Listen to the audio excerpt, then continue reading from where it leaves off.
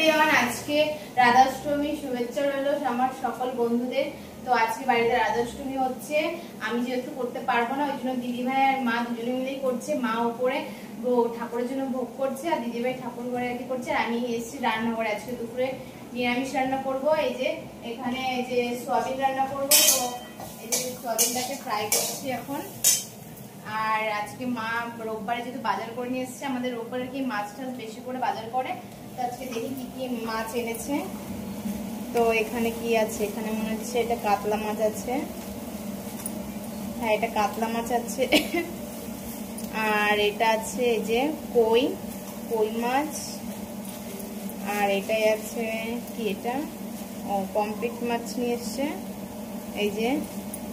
আর এখানে আছে এই যে লোটে মাছ।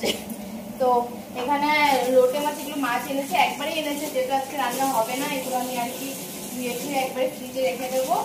একবারে এনেছে, আজকে শুধু নিরামিষ রান্না করব। আর এখানে এনেছে যে সবজি বাজার।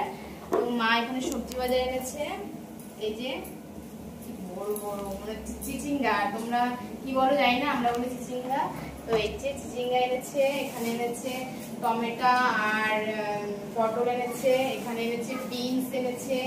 তারপরে এনেছে শসা এনেছে। তারপরে এনেছে এই যে মিষ্টি আলু এনেছে। আর এখানে এনেছে বেগুন। আর এখানে আছে যে এক ব্যাগ আলু আর আদা। এগুলো মা এবার অল্প করে আর কি বাজার করে এনেছে, যেহেতু ফ্রিজে রাখলে কিছু কিছু বাজার মানে সবজি নষ্ট হয়ে যায়, অল্প অল্প বাজার করে নিয়ে এসছে। আমাদের রোববার আর কি সব বাজার নিয়ে এসছে।